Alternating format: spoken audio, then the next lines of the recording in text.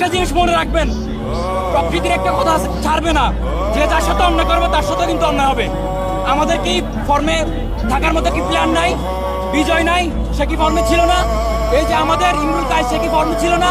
মেহেদী হাসান মিরাজ, তাকে কোন হিসাবে, কোন যুক্তিতে বাদ দিলেন আপনি? একটা যুক্তি দেখান। যে বোলিং খারাপ করছে, ব্যাটিং খারাপ করছে, ফিল্ডিং খারাপ করছে, একটা যুক্তি দেখেন আপনি, কোন হিসেবে তারা বাদ দিলেন? অভিশাপ বড় খারাপ জিনিস, বড় খারাপ জিনিস।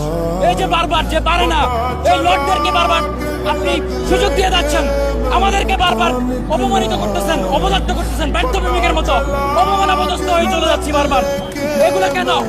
আপনি দেখেন, আজকে আপনি একটা মেয়ে বা একটা ছেলেকেও ভালোবেসে এতটা অপমান অপদস্থ হন না আমার মনে হয়, যতটাই বাংলাদেশের এই ক্রিকেটারদেরকে ভালোবেসে আপনি অপমান অপদস্থ হয়েছেন।